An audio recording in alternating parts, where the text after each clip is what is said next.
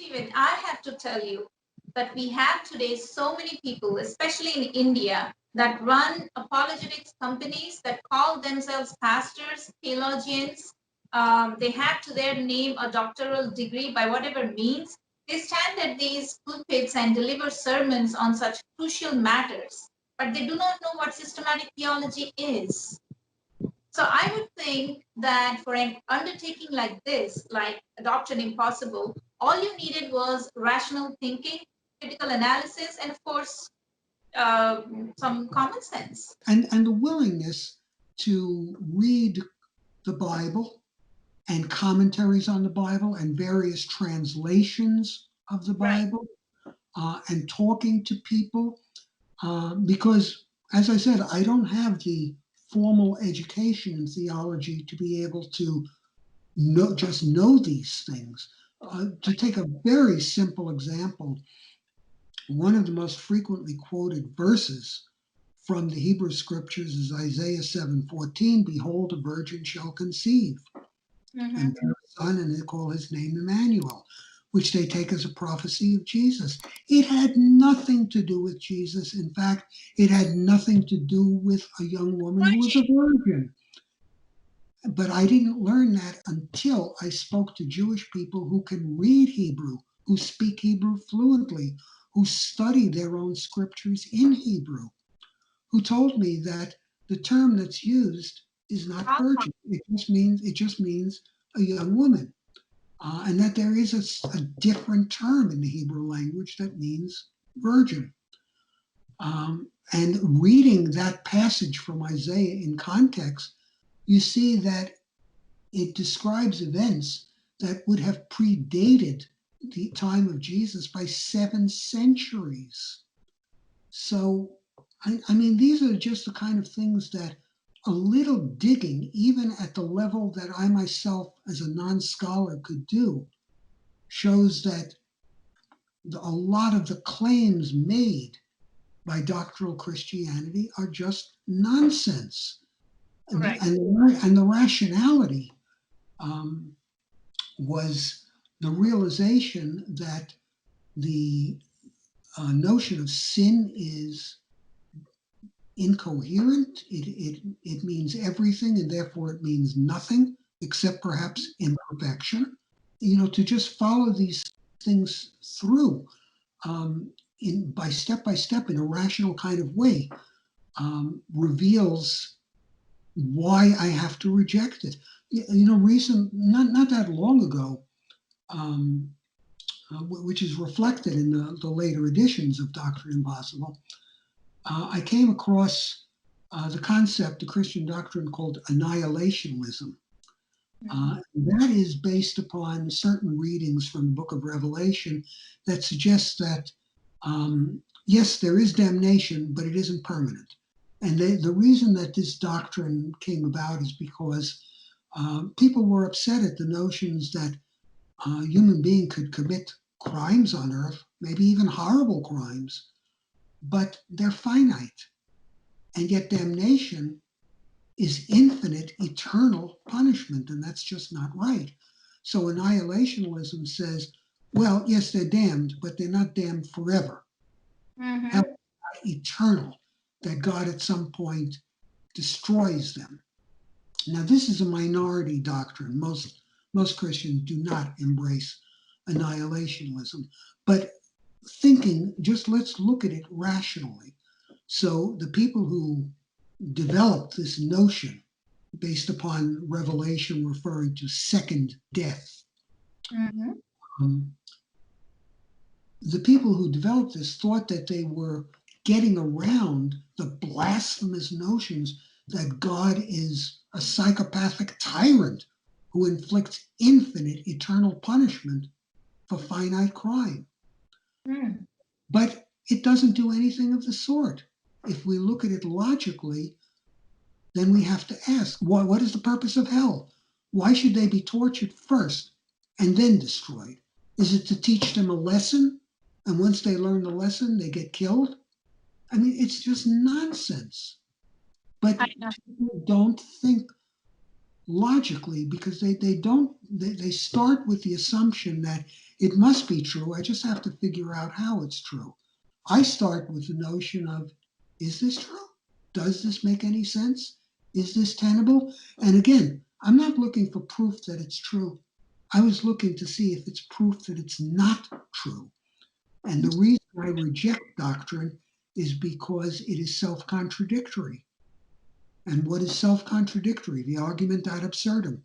What is self contradictory is by definition false.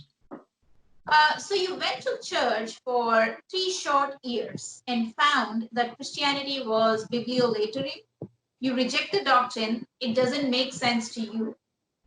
Why didn't you leave it at that? Why did you have to go tell it on the mountains that this is a doctrine impossible? Why did you feel the necessity to educate others about its absurdity, its senselessness? Why couldn't you keep it to yourself? Because over the years that have ensued since the time I went to church, I have seen religion in the world and Christianity in America, and I speak mainly from an American perspective, as posing a deadly danger to progress in solving the world's problems. Uh, and my book is my attempt to help people question religion. Religion has existed by fighting wars with each other for dominance in the world. But one of the points I bring out in the book is that there is a war to be fought, but it's not between religions. It's not even between religion and non religion, atheism. It's really a war between rationality and dogmatism within each group. So you're saying it is war between rationality and dogmatism. Yes, Okay. yes. Because rational people, you can take a large group such as Christians, and some of them are rational and some of them are dogmatists. The rational Christians that I've met, and I've met many of them, they have no difficulty with me as a non believer. They have no difficulty with members of other religions. But dogmatists cannot abide differences in belief. You have to believe exactly as I do, or you're the enemy. On the one hand, you can look at the statistics on religious identification in America and worldwide, and we see those kind of data from the Pew Research Institute. And they will show that the proportion of the population that identifies as non-believer or unaffiliated is growing. But on the other hand, the people who are religious are growing more and more militant and fervent.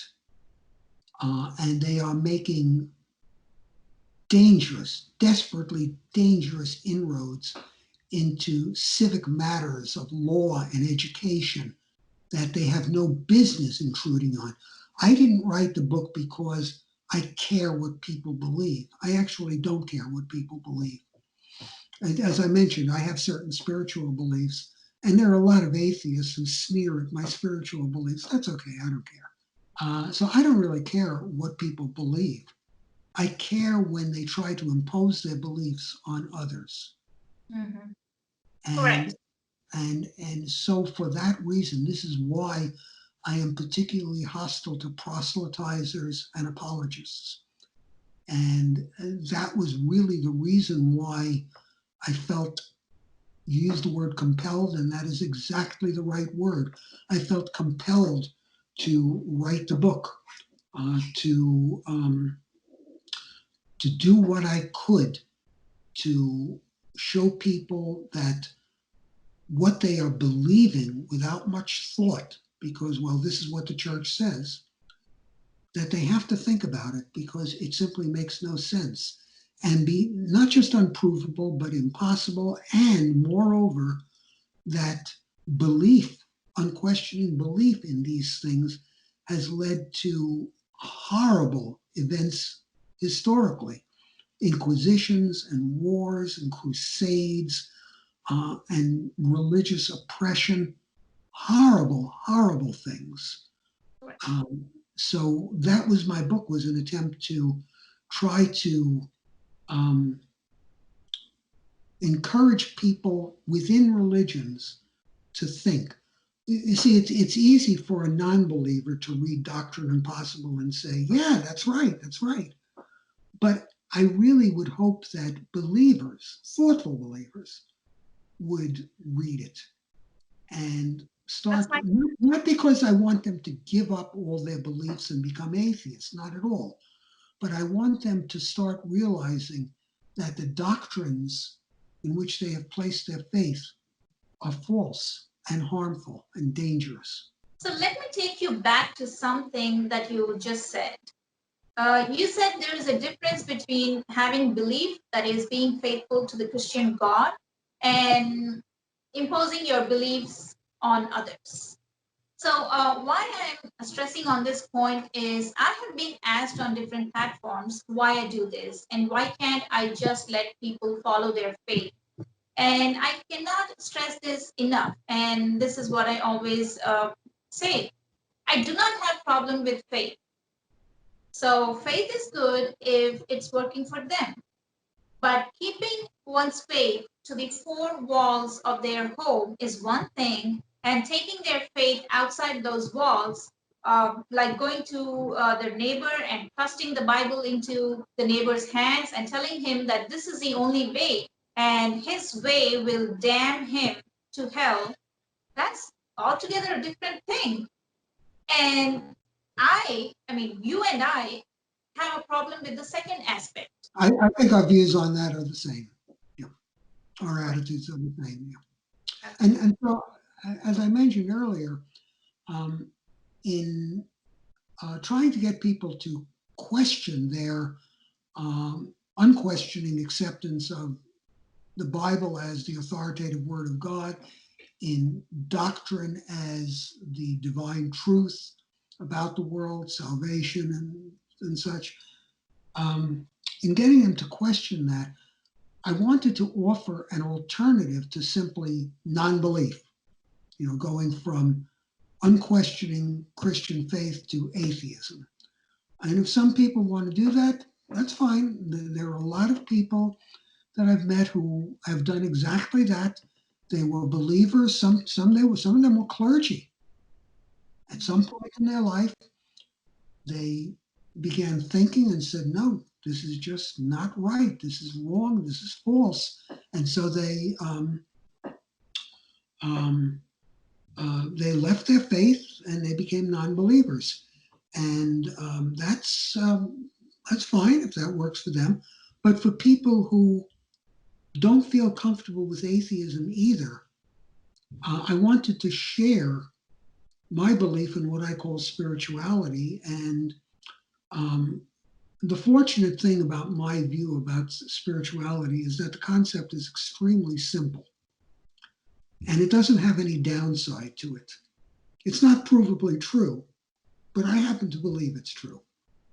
And it's this: there is sentient life in the universe. That is, sentient means aware of one's own existence. I am a sentient person. A dog is a sentient dog. A dog is aware of its own existence. A frog is aware of its own existence. If there are creatures on other planets that are aware of their own existence, they are sentient also. I believe that all sentient life is connected as if by some kind of web. It's not a physical structure, it can't be demonstrated or proven, but I believe that there is a kind of connection between sentient beings. And when we are aware of that connection, here's what happens. The way I treat others, other people, animals, the way I treat other sentient beings reflects right back at me as if by resonance along the strands of that web. And so I avoid causing harm because the hurt that I may cause would reflect right back to me and hurt me. This is what I consider the mechanism of compassion. We all recognize that compassion exists, and people have different notions about how it arises, and they may be correct. I'm not claiming that my view of a web of sentience is true. I can't prove it.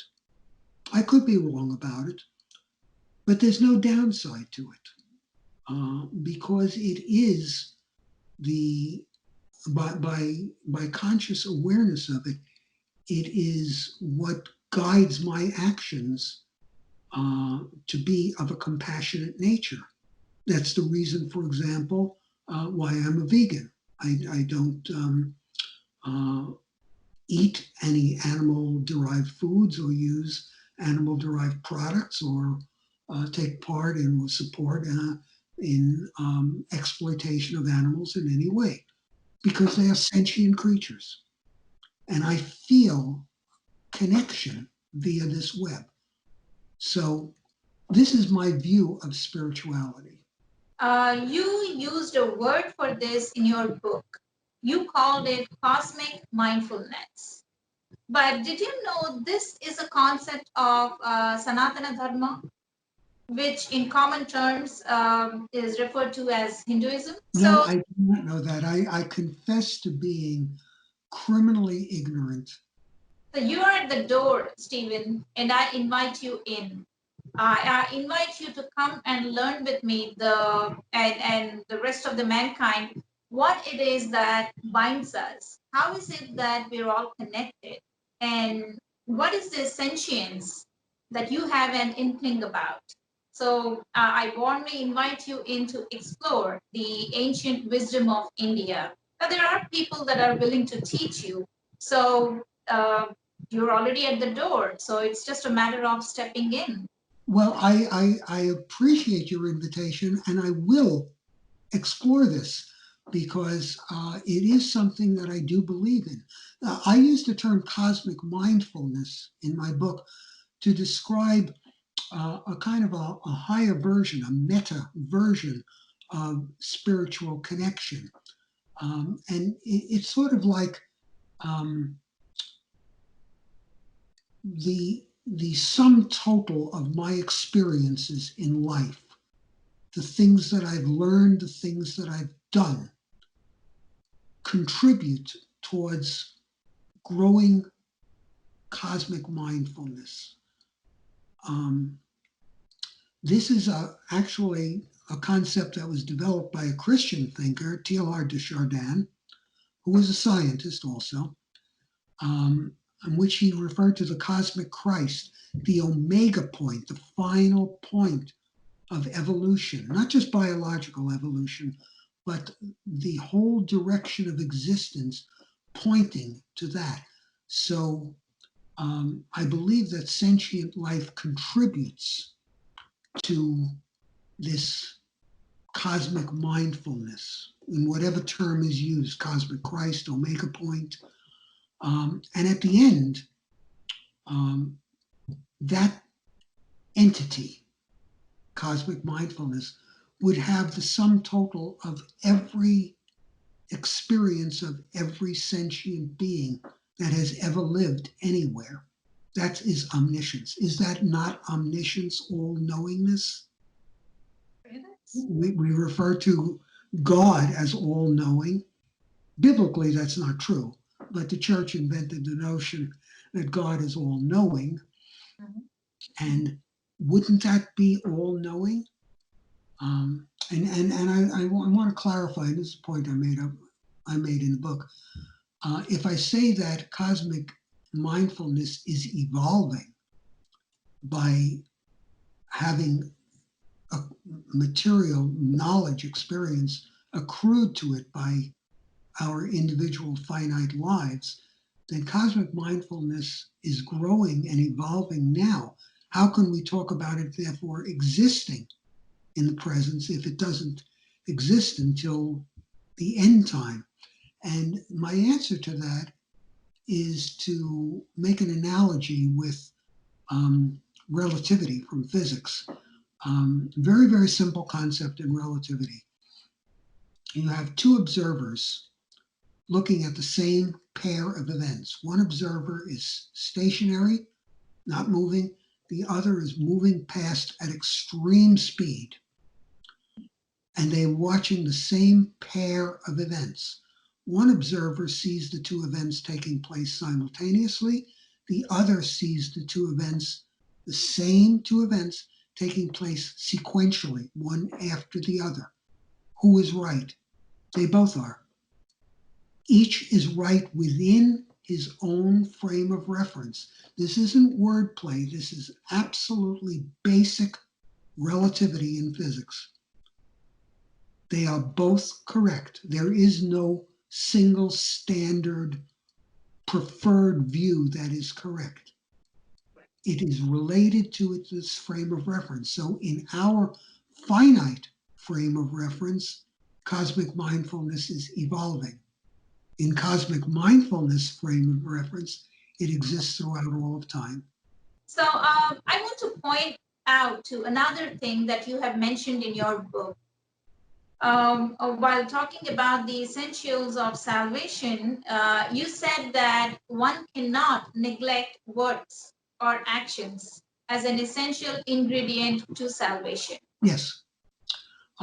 Okay, so my point is you're actually referring to karma. Did you know that? Okay.